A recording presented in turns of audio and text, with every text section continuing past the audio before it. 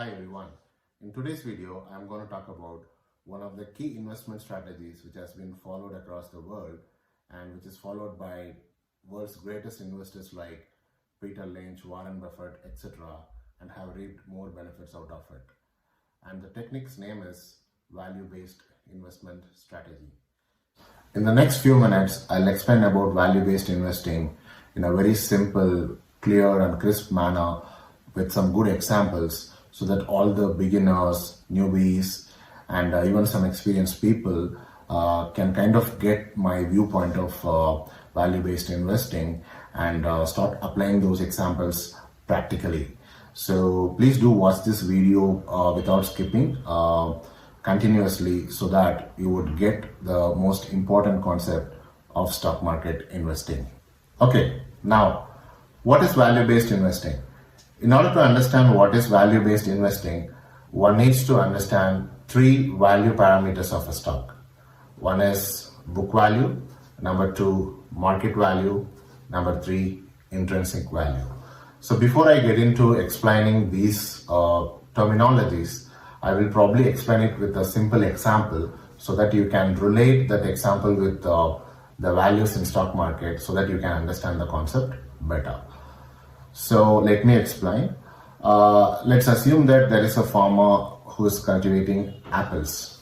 So once he cultivates an apple and if you can go to his farm and buy the apple, he charges you some 10 rupees. It's because there is no transportation fee, anything.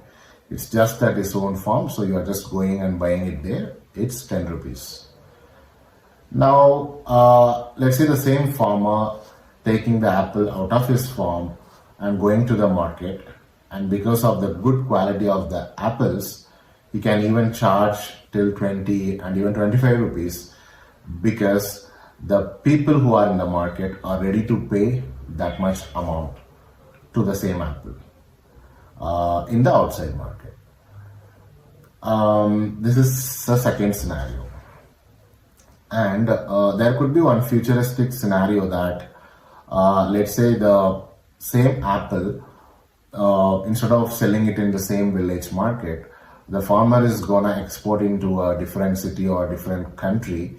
Then probably the same apple could be even bought for 50 rupees or 100 rupees. So this is the futuristic view of the value of that same apple. Or imagine a scenario like in future or probably in another 2-3 days there is gonna be a end of season for apples. So then if I sell, probably instead of 25 rupees I can even charge 100 rupees for an apple. So considering the futuristic view, the value of that apple is 100 rupees. So what this example conveys to me? So it conveys to me that a value for a product is not always same. So a value differs based on the conditions, place, and various parameters and factors, right? So in this example, when an apple is sold at the own farm, it's charged 10 rupees. So that is the book value.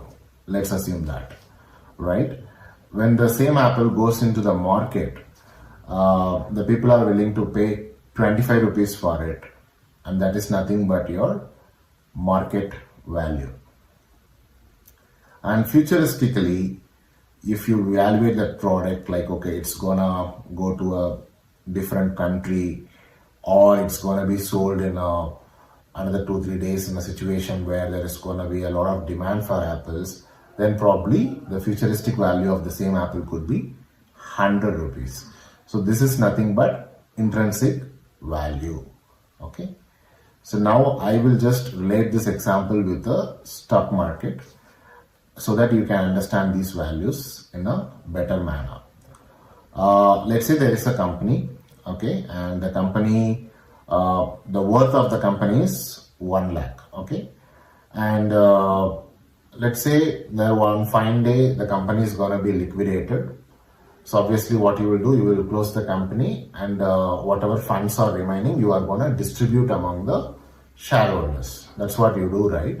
So whatever debt you have for the company, you're going to pay them all, and whatever assets you have, you want to convert them all as a money, and do your plus and minus, and whatever is remaining, you are going to share it among the shareholders.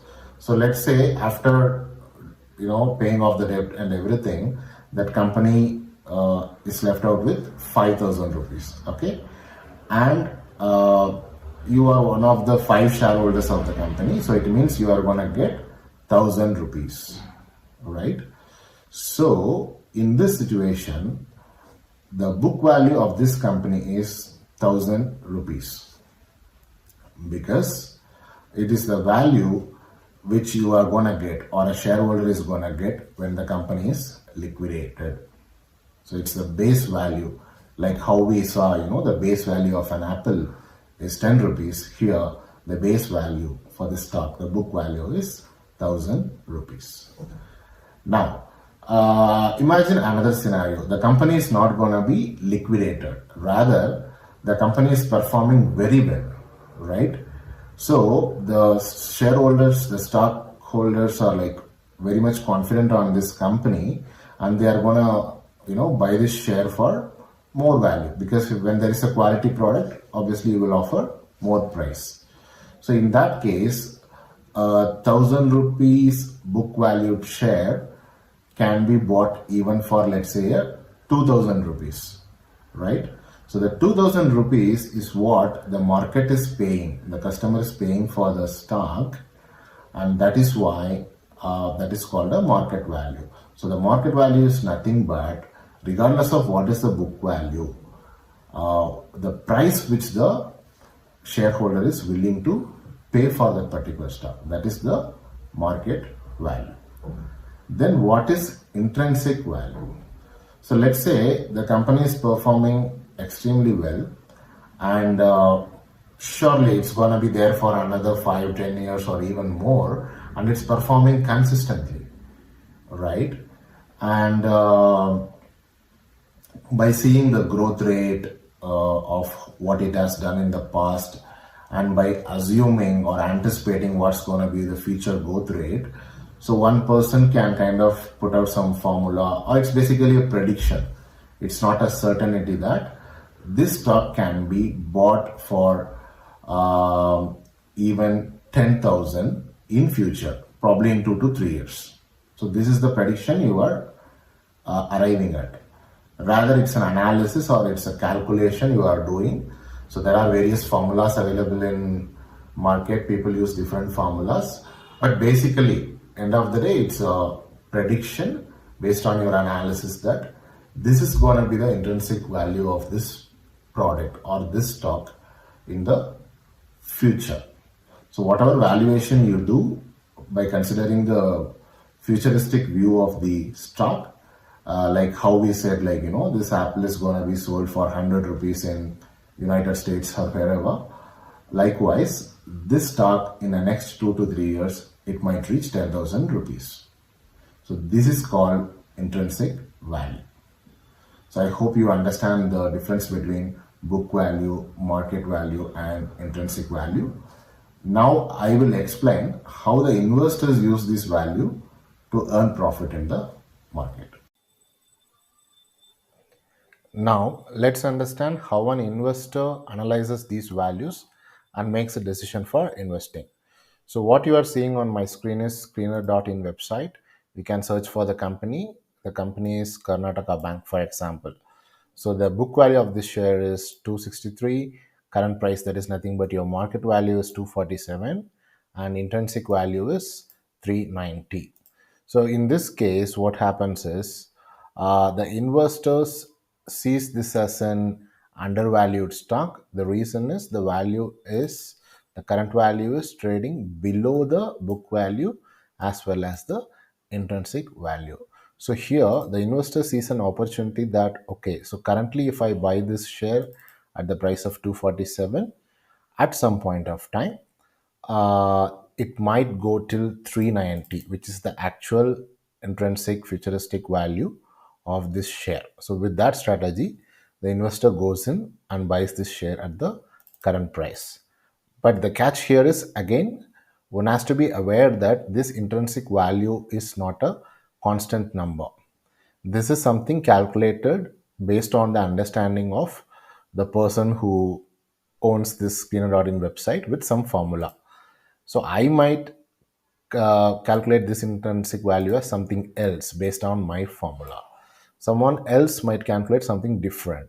So this intrinsic value is it's variable. It's not a constant thing. But if this, in case this value is accurate, then probably this strategy is right, provided the intrinsic value remains the same and also the business doesn't change for the next through 2, 3, or 5 years, and it keeps growing at the same rate. Then obviously at some point of time the share is going to reach the value of 390 and it's going to make the profit for the investor. And this is the strategy which many of the value based investors use. Now, one might argue that this value based investing is not the only right strategy to invest, because I'll explain that with another example. Let's look at the companies like Adani and Infosys. Let's look at Adani first. The book value of this share is 322 and intrinsic is 360. And look at the current price, it's 3091. So it's almost 10 times the actual valuation of the stock. So why someone is paying the the 10 times the actual value of a product? The reason is because the investors here are thinking that the stock might be valued around 320 or 360, but however, because of the brand Adani and the business and their reputation, uh, I can go ahead and still buy this at 3091 this price, with an assumption that in future there might be someone still coming and buying this stock at around 4000 or 5000 or even more, in a way that I would make some profit. So this is what the strategy of people investing in the overvalued stocks. But again, the risk here is, if everything goes well, it's fine. But what if something goes wrong with the company or even in the market, or any disaster happens? Even the good companies like whatever you are seeing here, or any good brands, can even fall. So, with the intrinsic value being so low, if such a fall happens, that fall might be a big disaster. So, that might result in a big loss. So, that is why a value based investor would not kind of touch the overvalued stocks, even though it's a good company. I will show another example. Let's look at Infosys. The book value is 193, intrinsic is 1139. The current price is trading at 1651. Here, the price is a bit higher than the actual valuation, but still, Infosys being in the market for such a long time, it's almost certain that if I buy this at 1651 now, it's gonna definitely cross 2000 or 3000 at some point of time and making me profit. So the another view, or the opposite view of value based investing, is that one might miss the opportunity of investing in such good companies and making profit if they are only looking at the undervalued stocks, right? So there might be good opportunities in what's supposed to be an overvalued stock as well, which one might miss by looking at just the valuation. So this is the argument of value based investors. But however, but considering the way how people have won or made money in stock market, definitely value based investing is one of the best strategies, and that has yielded great result and made many good investors and many good millionaires, and that's been a very reliable strategy. And again, it's completely up to one to decide, whether to go for only value based investment, or you can still buy something else. So it's again someone's uh, uh, strategy that might uh, be different from others. So it's completely up to the person. But all I want to convey in this video is uh, to give the understanding of what is value based investment and how it works. Hope I have conveyed that with this video. And if you also think so, please do like, subscribe, and support my channel. Thank you so much.